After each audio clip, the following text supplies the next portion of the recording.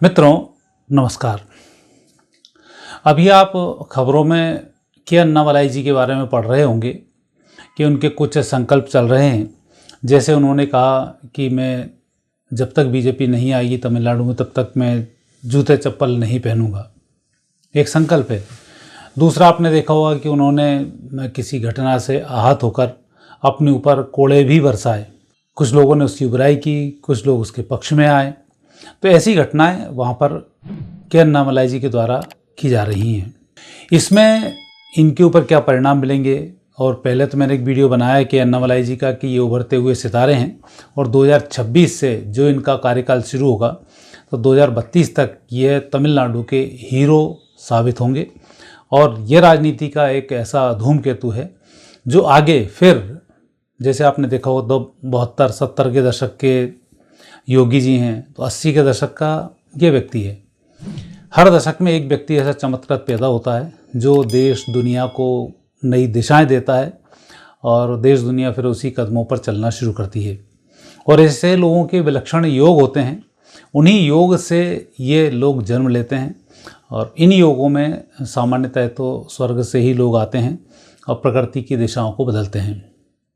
मानवों के अंदर भी मानव चेतना का विकास होता है और इस विकास के साथ साथ ये लोग उसमें भी सहायक सिद्ध होकर एक नई दिशा देने का काम करते हैं। अन्नामलाई जी की कुंडली में भी ऐसे बहुत सारे योग हैं। चूँकि अभी शुक्र की महादशा उनको चल रही है और शुक्र उनकी कुंडली में ऐसा कारक है कि वो सफलताएं भी देता है, बार बार व्यापार व्यवसाय को चेंज करा के नए अनुभवों को देता है, क्योंकि शुक्र योद्धा ग्रह है।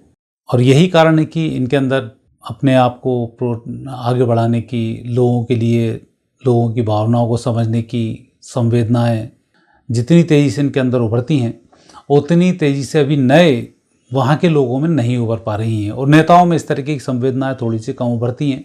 अब किसी घटना से आहत होकर खुद को कोड़े मारना, ये एक बड़ी संवेदनशील व्यक्ति का एक लक्षण भी होता है, खुद को कोड़े बरसाना। तो ये संकेत यूं ही नहीं होते हैं।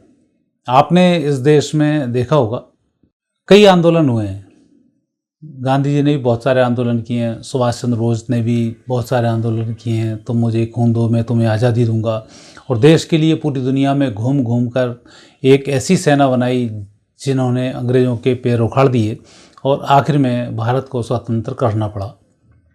गांधी जी के भी ऐसे कई काम रहे हैं जो लोग हाथ पे हाथ रखे बैठे, एक गाल करो दो चार गाल और कर दें, उनकी हिम्मत नहीं होती थी। ऐसे लोगों को बाहर स्वतंत्रता के लिए निकालना बहुत बड़ी बात होती है। तो ये कार्य उन्होंने बखूबी निभाया। इंदिरा जी ने भी नारी सशक्तिकरण में कमी नहीं रखी, उनके शासनकाल में इस तरीके के काम हुए। वित्त फाइनेंस से संबंधित मनमोहन सिंह जी ने एक नई दिशा दी और उस पर देश चला और आगे बढ़ता चला गया। जय जवान जय किसान का नारा लाल बहादुर शास्त्री ने दिया और उस समय में स्थिति इतनी खराब थी, अन्न नहीं होता था। देश के लिए लगातार चुनौतियाँ, इधर पाकिस्तान से युद्ध, इधर चीन से युद्ध, लगातार स्थिति ऐसी बन रही थी। वहाँ पर इन युद्धों को लड़ना, तब लाल बहादुर शास्त्री ने नारा दिया जय जवान जय किसान। इसके बाद इंदिरा गांधी का अहंकार एक चरम पर था। उनके अंदर एक अग्रेसन जिस तरीके का आया और हिंदुओं को उन्होंने ऐसा कीड़े मकोड़े समझने की कोशिश की, हिंदुओं के साधु सन्यासियों को कीड़े मकोड़े समझने की कोशिश की और उन पर गोलियां बरसाईं। गौ हत्या आंदोलन में कई हजार साधु सन्यासी इसमें घायल हुए। और कहा तो ये भी जाता है कि वहाँ कृपात्री जी के श्राप से ये पूरा परिवार ही तहस नहस होता चला जा रहा है। तो यह भी स्थिति वहाँ पर बनी। जयप्रकाश नारायण जी ने फिर ऐसी महिला के लिए चैलेंज किया और जनता से आह्वान किया, सिंहासन खाली करो, जनता आती है। बाद में मनमोहन जी के शासनकाल में स्थिति फिर नेगेटिव लगातार होती चली गई और देश बहुत बुरी स्थिति में आया, क्योंकि वहाँ पर एक मखोटे के तौर पर मनमोहन जी काम कर रहे थे और सोनिया जी आगे हर जगह पहुँच जाती थी। आपने कई जगह देखा होगा। उस आंदोलन को दबाने का, उस आंदोलन के ऊपर निखरने का काम बाबा रामदेव ने किया। उन्होंने भी संकल्प लिया था जब तक कि बीजेपी या कांग्रेस शासन का अंत यहाँ से नहीं होता है तब तक मैं अपने आश्रम में प्रवेश नहीं करूँगा। अब पूरे 2 वर्ष लगातार वो बाहर रहे। तो मैं कहानी ये कह रहा हूँ कि इन संकल्पों के माध्यम से बहुत सारी सिद्धियाँ होती हैं। कई लोगों ने देश के लिए संकल्प लिए, कई लोग घर परिवार के लिए भी संकल्प लेते हैं। तो इन संकल्पों का क्या असर होता है? ऐसा ही संकल्प लिया है अन्नामलाई जी ने कि मैं जूते नहीं पहनूंगा। तो ये संकल्प छोटा मोटा नहीं होता है और इन संकल्प से ही सिद्धि की प्राप्ति होती है। राहुल गांधी ने चाहे नाटक किया हो, कुछ भी किया हो, लेकिन एक भारत जोड़ो यात्रा जो इस तरह से निकाली और पद यात्राएं करना शुरू की, 50 से बढ़कर 100 के करीब पहुंच गए। और मन में पवित्रता होती तो स्थिति कुछ और भी हो सकती थी। मन में पाप भरा था, इसलिए उस लेवल तक नहीं आ पाए। तो संकल्प यदि हम बहुत अच्छी इच्छा शक्ति के साथ लें तो सफलताएं हमें जरूर मिलती हैं। अन्ना हजारे जी के संकल्प में एक नया उदय हुआ अरविंद केजरीवाल का। हालांकि अपने पापों से ये निपटने वाले हैं, अब बहुत ज़्यादा दिन इनके पास नहीं बचे हैं, लेकिन स्थिति वही होती है कि जो संकल्प लेता है उस संकल्प की सिद्धि क्या होती है। तो वो योग जो है अन्नामलाई जी की कुंडली में बहुत क्लियर है। इनका जो लग्न है सिंह लग्न है, मंगल शनि तृतीय स्थान पर हैं, केतु चतुर्थ स्थान पर हैं, गुरु पंचम भाव में, सूर्य बुध शुक्र राहु दशम स्थान पर हैं, चंद्र है द्वादश स्थान पर। और अभी इन्हें शुक्र की महादशा चल रही है जुलाई 2026 तक। जुलाई 26 से सूर्य की महादशा प्रारंभ होगी। सूर्य इनका लग्नेश होकर दशम भाव में विराजमान है। तो सबसे पहले तो ये स्थायी व्यवस्थाएं कराता है। और सूर्य के साथ जो योग बने हुए हैं वो योग भी इतने मजबूत हैं कि ये व्यक्ति बहुत बड़े लेवल पर राजनीति में, साउथ की राजनीति में भूचाल लाने वाले हैं। हालांकि साउथ में और नए हीरो भी जन्म ले चुके हैं जो अपने अपने क्षेत्र के हीरो हैं और वो अपने काम सब चालू कर रहे हैं। तो तमिलनाडु से ये एक हीरो उठकर आएगा और देश दुनिया की दिशा बदलने की ओर ये बहुत बड़े काम करेगा। सबसे पहले तो तमिलनाडु का उद्धार इन्हीं के हाथों में होगा। 2026 से लेकर जो एक समय है 32 तक का, और मैंने आपसे बार बार कहा कि 2032 में जो सत्ता होगी वो भगवत सत्ता होगी, आम व्यक्तियों की सत्ता नहीं होगी। और वहाँ कोई ऐसे ढोंगी और पाखंडी लोग नहीं आएंगे, वहाँ राष्ट्रभक्ति ही पहुँच पाएंगे और राष्ट्रभक्ति उस काम को कर पाएंगे। इसलिए चाहे योगी जी को कोई कितना भी दबा ले, वो दबने वाले नहीं हैं। चाहे मोदी जी को कोई कितना भी दबा ले, मोदी जी अपने काम को पूरा करके ही जाएंगे। मोदी जी की कुंडली में ऐसे योग है पूरी दुनिया को हिला डालेंगे। मोदी जी की कुंडली में सुभाष चंद्र बोस का भी एक मिश्रण है, जो तुम मुझे खून दो मैं तुम्हें आज़ादी दूंगा, उनके क्लियर दिखता है कि शत्रु को वो छोड़ते नहीं हैं। और गांधी जी का भी उनके अंदर एक मिश्रण है कि तुम छेड़ोगे नहीं तो कुछ नहीं, छेड़ोगे तो फिर मैं नहीं छोड़ूंगा, फिर सुभाष चंद्र बोस जागृत हो जाते हैं। पहले लड़ना नहीं, गांधी जी का सिद्धांत, लड़े तो छोड़ना नहीं, सुभाष चंद्र बोस का सिद्धांत। ये दोनों सिद्धांत जो कॉमन है वो नरेंद्र मोदी जी में है। इसलिए नरेंद्र मोदी जी की संभावनाएं पूरी दुनिया को पलटने की नंबर 1 पर बनती हैं। और भारत जब सुरक्षित होगा तब भारत को व्यवस्थित करने की जो जिम्मेदारी आएगी वो आएगी योगी जी के पास में। और उस व्यवस्थित भारत में 1000 वर्ष तक के जो संकल्पों की बात आएगी वो फिर नई पौध होगी, जो 80, 2012 और 2032 में के जो दशक हैं इसमें वो लोग जन्म लेंगे जो पूरी दुनिया में भारत का एक नए सिरे से परचम लहराएंगे और सनातन संस्कृति को विजयश्री की प्राप्ति कराएंगे। तो अब आने वाले सनातन की जो स्थिति है, आने वाले सनातन धर्म में जो भी मुख्य विशेषताएं हैं, पूरी दुनिया को हम क्या दे सकते हैं और हमें क्या देना चाहिए, इन सब की नींव रखने वाले लोगों में के अन्नामलाई भी एक शामिल हैं जो 2026 में अपनी एंट्री कर जाएंगे।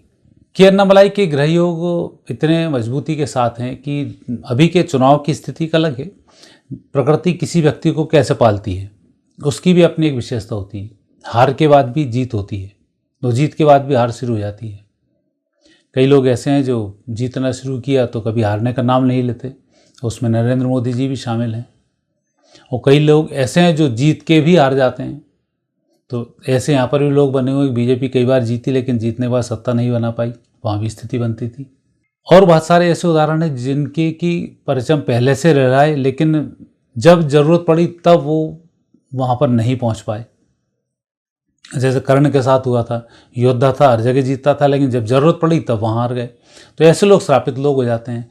जिनके अंदर पाप हो, जो पाप के साथ हों, उनके साथ ऐसा होता है कि जीतते जीतते भी इनकी स्थिति बिगड़ जाती है और सब कुछ हार में परिवर्तित हो जाता है। कांग्रेस के बहुत सारे सदस्य हैं बहुत अच्छे योग्य हैं, लेकिन योग्यता के बावजूद वहाँ नहीं पहुँच पाए। कारण अनीति के साथ थे, इसलिए उस लेवल तक आप नहीं पहुँच पाए। अखबारों में आप रोज़ उनकी खबरें पढ़ते होंगे। तो ऐसे जो योग बनते हैं वो योग से अलग हटकर के अन्नामलाई के ग्रह योग ऐसे हैं कि मंगल शनि का तृतीय स्थान पर बैठना ये संकेत देता है कि व्यक्ति अपनी स्टाइल में, अपनी दम पर, अपने समय में जो चाहता है वो कर लेता है। तो एक ये योग भी इनका बहुत मजबूती के साथ बना हुआ है। चंद्रमा का द्वादश भाव में मोक्ष की ओर तो ले ही जाता है, स्वर्ग के लोगों को भी दर्शाता है। भगवान रामेश्वरम, भगवान शंकर की इनके ऊपर विशेष कृपा होती है और उस कृपा की दम पर ये अपने सारे कार्यों को करते जाते हैं। आपने कई बार देखा होगा कि भगवान कृष्ण आए, पढ़ने के लिए उज्जैन आए, वहाँ उन्हें सुदर्शन की प्राप्ति हुई। ऐसे कई देवी देवताओं के बारे में आपने सुना होगा कि जब तक सामान्य थे तब तक सामान्य थे, लेकिन जैसे ही आयुध उनके पास आना शुरू हुए। भगवान श्री राम थे, धनुष विद्या में थे, लेकिन जब ऋषि अगस्त से मिले तब उनको दिव्यास्त्रों की प्राप्ति हुई। ऐसा ही समय होता है। उससे पहले वनवास हुआ, एक राजा को बड़ा कठिन समय से गुजरना पड़ा। वही स्थिति के अन्नामलाई के साथ में अभी इस चुनाव में स्थिति इनकी बहुत अच्छी नहीं रह पाई, लेकिन व्यक्तिगत छवि में कई गुना वृद्धि हुई। तो उस छवि की दम पर भी अब सारे काम करेंगे। तो जो आने वाला अब समय इनका है, ये समय शुरू होगा 19 जुलाई 2026 के बाद, और 2025 में नवंबर तक आते आते ये करिश्माई व्यक्ति वहाँ के हो जाएंगे, और 26 के बाद ये वहाँ की सरकार को गिराने में भी समर्थ हो जाएंगे। तमिलनाडु की सरकार लंबे समय तक चले इसकी संभावना मुझे नहीं दिखती, पूरा कार्यकाल वो कर पाएँ। कुछ ना कुछ स्थिति वहाँ नेगेटिव होगी और उसके लिए थोड़ा सा परेशानी का कारण बनेगी, और अन्नामलाई फिर उस व्यवस्था को संभालेंगे, और संभालने के बाद पूर्ण रूप से व्यवस्थित भी करेंगे और आगे भी बढ़ेंगे। ये उनकी कुंडली में ग्रह योग दिखाई देते हैं। स्वास्थ्य का ना थोड़ा सा ध्यान रखना चाहिए, हालांकि योग ध्यान करते हैं और स्वस्थ तो रहते हैं, लेकिन फिर भी जब शुक्र की महादशा का अंतिम चरण चल रहा हो, केतु जब आता है तब पेट से संबंधित कुछ परेशानियाँ खड़ी होती हैं, तनाव खड़ा होता है। तो ऐसे संकल्प न लें कि जिसके कारण कि स्वास्थ्य पर कोई असर आए, और उसमें निश्चित रूप से आगे बढ़ेंगे। और ये जो संकल्प उन्होंने लिया है कि मैं अब जूते चप्पल तभी पहनूंगा जब सरकार बनेगी, तो ये संकल्प उनका अवश्य ही पूरा होगा। और आने वाले समय में आप सब भी देखेंगे। और के अन्नामलाई जैसा एक हीरा जो भारत को मिला है, ये निश्चित रूप से भारत की चमक को भी बढ़ाएगा, और नए कोहिनूर का उदय इस भारत में हो चुका है के अन्नामलाई जी के रूप में। मित्रों, यह था के अन्नामलाई जी की कुंडली का एक विश्लेषण जो अभी उन्होंने संकल्प लिए उसके संदर्भ में। आगे फिर इन्हीं के संदर्भ में कुछ बातचीत होंगी और नए विषय के साथ फिर आपके सामने उपस्थित होऊंगा। आज्ञा दीजिए, नमस्कार।